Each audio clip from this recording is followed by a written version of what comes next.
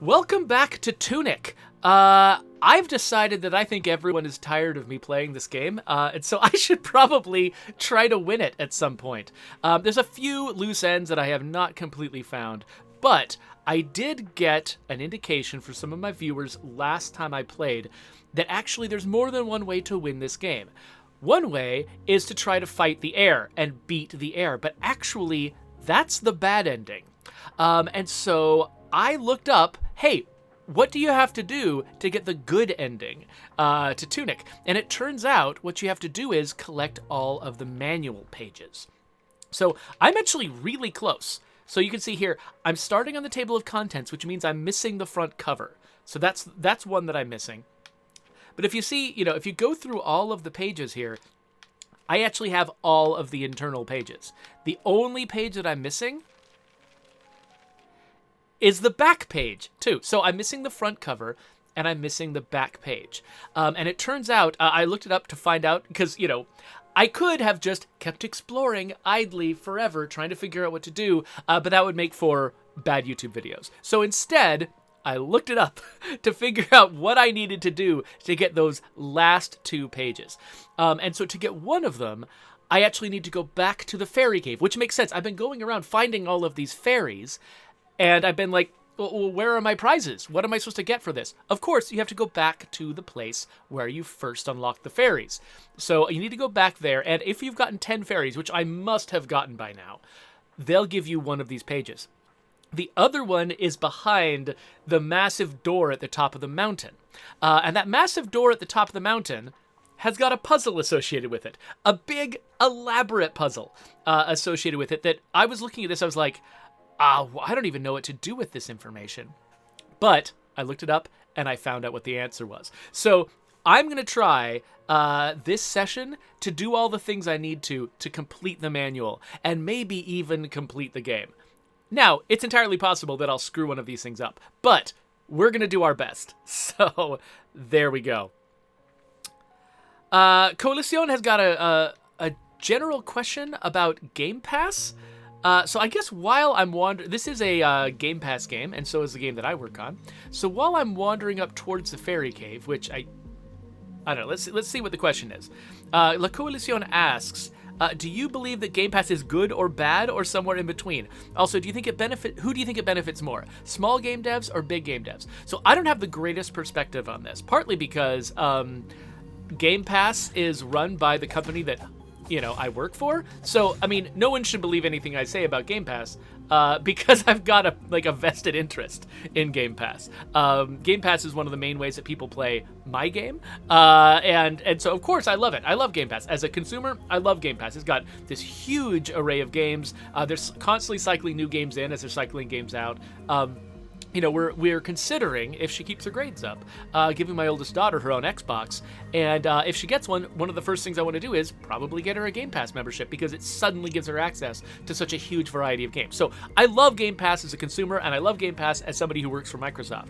The thing I don't know is whether or not Game Pass is great for indie devs because I don't actually know how those deals are structured. I don't know, for instance, if an indie dev, if everyone downloads and plays Tunic, does that have a better upside for the Tunic developer than if nobody downloaded and played Tunic on Game Pass? I'm genuinely not sure how those contracts work. And so whether or not Game Pass is a good deal for indie devs, I mean, it definitely puts their games in front of a lot of people. Which that can be good. But I don't know what the financial side looks like at all because I'm not on that side. I'm on the owned by Microsoft side, which is very different. So I'm sorry I can't give you a more solid answer to that, Coalición. But that's about as well as I can do. Okay, so was this the place? Yes. Okay, this is the fairy place, and check it out. How many fairies do I have? Can I even count them while they're moving around? Probably not. It's more than 10, though. I've got more than 10 fairies, and they have brought me a gift. Yes, I will accept this final page. And, oh, is this the cipher for the alphabet? Like if I paid attention to this, would I be able to read the text? Interesting. And also, it's got this, like, circle. Okay, so look at these numbers in this circle down that direction. I'm betting that those are page numbers. I'm not sure what they could mean, but, like, let's see, we're on page 54. What's the closest? 51? Does 51 have something on it? No?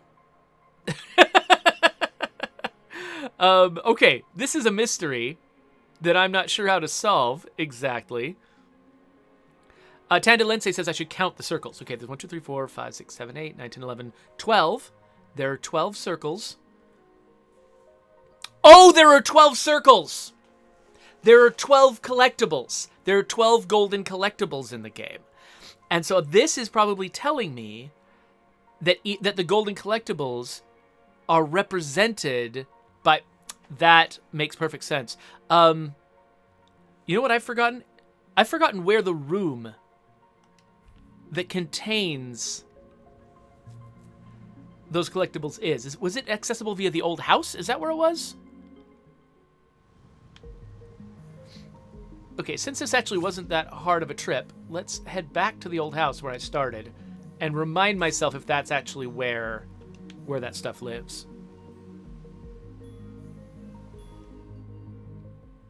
By the way, that was a masterful clue, Tendalense, because you did give me the information I needed, but left me enough information to figure it out. Okay, so we've got the 3rd, the 5th, and the 11th.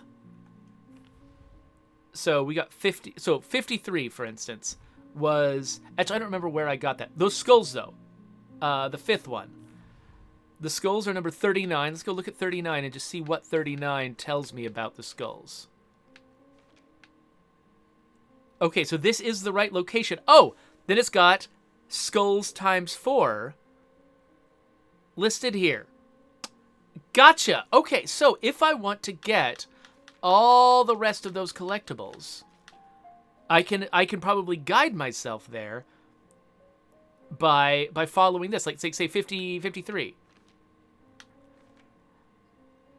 Oh, so wait, 53, is that the one I already have? That's one I already have. And, oh, that's the one I got from the windmill, right? So it's their notes on the windmill. That makes sense. Oh, but the 6th one also says 53, and that's the little whale guy. Okay. So now I've got a conundrum, because I came in here thinking, okay, what I'm going to do is I'm going to win Tunic. But part of me wants to go after all the collectibles first. So those of you who know, can I still pursue these collectibles after I win Tunic? Like, do I get to still hang out here, run around, explore all these weird edge case mysteries? Or is the end the end? So Colucion is saying don't. I'm not... Oh, but he's got no idea. Okay, there you go. Rosenberg says, gotta catch them all. I mean, okay, I do intend to find them all at some point. The question is, should I start trying to do that now? Or should I go after the ending first? Okay, you know what I'm going to... So I'm not going to... So while I'm thinking about it... Oh, Tandalense says you can New Game Plus. That sounds like playing the entire game all over again. I don't want to do that. But I did put... Okay, so I'm not going to try to win it right now. But I did put the effort into finding out how to solve the very last puzzle that completes the manual. So, as long as I don't go back to the boss battle, I'm pretty sure I'm not going to win the game. So now I just have to remember how the heck you get up to the mountain.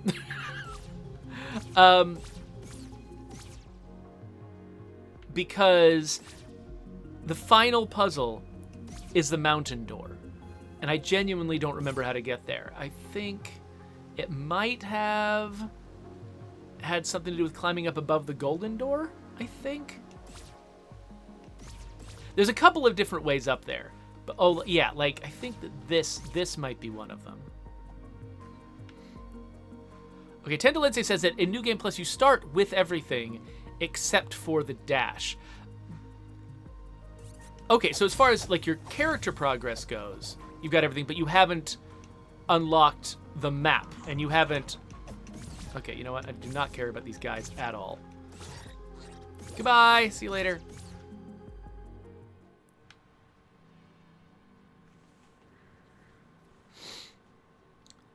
Alright, so... we're gonna march up here. We've been up here many times. Each time, feeling even more confused about how we're supposed to open this door. But now I've found out how. I did a little bit of research. So let's head up here. Okay, I've done a little bit of research on this. And I'm gonna sort of show you what I found out. So, oh hey! Oh, that's adorable. Let's go to... oh, here it is. This is the page. So, this page right here is the solution to how you get into that door. But when I first looked at it, I was like, it's a bunch of numbers. Is it a math problem? Am I playing Sudoku? Like, what is this? But I looked it up and found out that, of course, the obvious conclusion, the same conclusion that I needed to reach about those circles we just looked at, these are page numbers. And so each of them represents a different page. And this, so I thought that the phrase golden path was referring to just the those mazes that you follow with the D-pad in order to open any door or solve any hidden collectible. That's not what golden path means. That's what Holy Cross means. It's talking about the D-pad when it says Holy Cross. Golden path is this. So what this means is each of those page numbers tells you a page where there is a golden shape on that page that fits like a puzzle onto this grid to make an overall golden path. Like, for instance, 52 in the upper right corner. Let's go over here to page 52. Do you see, like, the corner of the page has got a yellow line around the edge?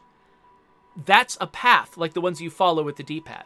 Or, like, what other pages are there? Like, so the one right there, that sample Holy Cross path right there, that is the golden path on page 48. Or, like, you see that little squiggle above the book right there? That's a golden path shape. Or, oh, there's slightly lighter yellow on the path on the door. That is tracing out a shape. Like, the entire manual is full of these. The gaps between the blue squares on this, that's a shape. I mean, okay, this one's a little weird. The coffee stain highlights as gold one of the cracks down below that makes a shape. The coffee stains being part of the puzzle is a little weird to me, but because it makes it seem like, oh, you have to spell coffee accidentally on your manual in order to get the correct whatever, but fine, that's okay. Maybe it was gold already before the coffee stain appeared. I don't know.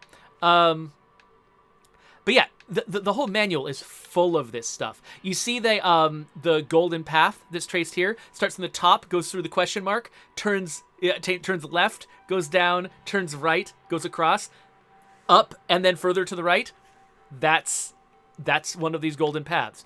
So this thing is crazy. But I went through and I traced them all on a grid that I made. So this is my stupid handwriting. Well, I went through the entire manual and I traced them out to make this path shape. Except that blue one, that's one, I found that one listed somewhere, but I could not actually see how it worked. So I actually want to try to figure that middle bottom one out. That is the one that appears on page, where is it? Going through the manual. Page 9. That's the one from page 9. Now, page 9 does not have a golden path on it, but it's got a hint. I have not explored this yet. As a stopgap, in case I can't figure it out, I just wrote down something I found on a website. But here, it's got gold. There's gold on this page, but it's not in the shape of a path. Instead, it's highlighting the load button, and it's highlighting a particular save file. And so I think that I actually need to, inside the game, go to the load screen. And right here, it's got this, like, question mark on it. I'm not sure what this deal is. But it looks like it's a more advanced version. Like this guy, it's got an 8 in every category. It's like, and its time is 9995959. This almost feels like you know, back when cartridges used to have saves embedded on them. Which is kind of the era of game that this game is trying to represent. Sometimes you could like rent a cartridge that had somebody else's, or like buy a used cartridge that had somebody else's save on it. And I feel like this top one here, this is my save. Because this has got all my weird stats on it, all the billions of things that I've unlocked. This one's got different stuff. It's got so much money and so much time. I wonder if there's something in here that I can find by load. So I'm going to load file number 2. And okay, so I'm going up and turning left. And then turning up again. Then turning right. Okay, I had no idea it was going to be this. This is crazy. And then it crosses. Oh, then it's crossed, which means a double move. And then it goes up. What a bizarre way to hide that, like, this is like 1/25th of a puzzle. They made a whole level for it. And then is this me just repeating the same thing? Yeah, this is just me repeating the same thing. What in the world? Okay, so I'm going to, now, if I continue, you know, whatever, let's load my file. I assume this is my file, and I haven't just lost a bunch of progress by doing that. Yep, here we are. We're back in the snowy area. So let me quickly run back here. So, yeah, I'm pretty sure that blue line that I got from the internet, I think that does line up with the level I was in. So, if I had been doing the research myself, I could have written down those turns that I took in that level, and that would have filled in that final tile. So now I think I've got my path. So I'm going to head back up to the door, and we're going to try that path on the door. Hopefully this works. Historically, I've been amazed at how often the paths that I write down or sort of intuit from the background, how often they actually work. I just expect to get them wrong way more often than I do.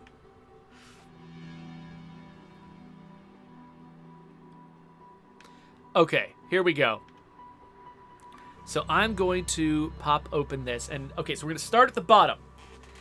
And I'm looking at my screen here. So we're going to go up, left, down, left, up, left, down, left, up, right, left, up, right, down, right, up, left, left, up, right, up, left, down, left, up, right, left, up, right, down, right, up, right, down, left, down, right, up, right, down, right, up, right, down, right, up, right, down, left, down,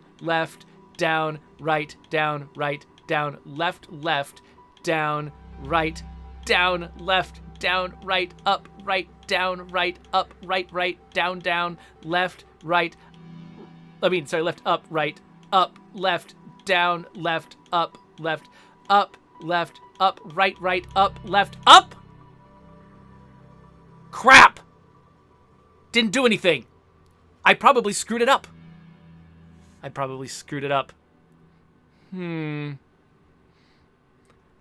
Okay. The thing is, I don't know if what I screwed up was my transcription or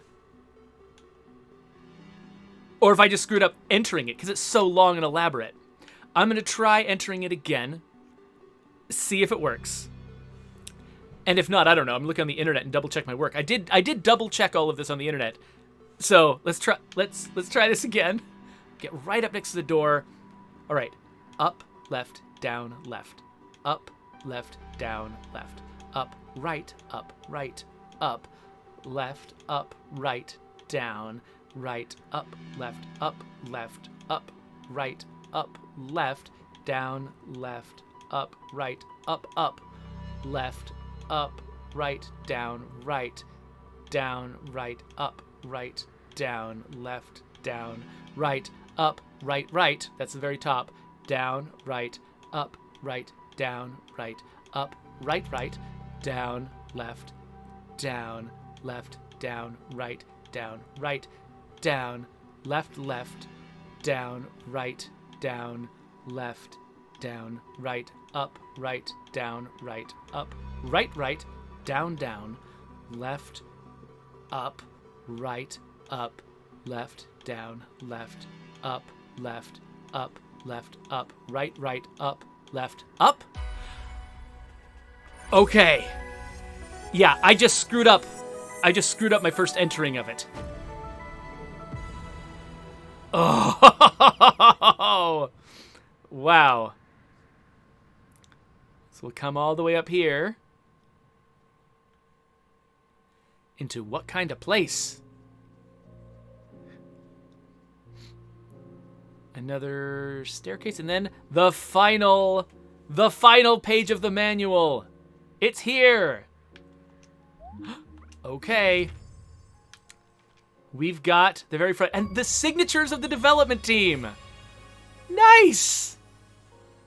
Oh, that's beautiful. Okay, so now as I understand it, if I take this completed manual into the final boss battle, I get the best ending. But the question is, should I do that right now, or should I try to get those 12 collectibles? And part of me is thinking, I mean, if this was the kind of game that was all just about like your combat prowess and everything like that, like and just sort of getting through really fast and efficiently and whatever, then yeah, maybe defeating the boss right now and just being done would be the right move. This is Tunic though, and Tunic is all about exploring and finding weird little hidden things. And so I kind of feel like we haven't done Tunic until we have all 12 of those collectibles. So yeah, I think that might be what we have to do next. So I think that we've got an episode's worth of valuable content right here. So let's wrap up this episode real quick, but then let's do a little bit more treasure hunting before we actually win Tunic. So there's a subscribe button for YouTube people. There's a link to the next video for YouTube people. So YouTube people, join us for the next one.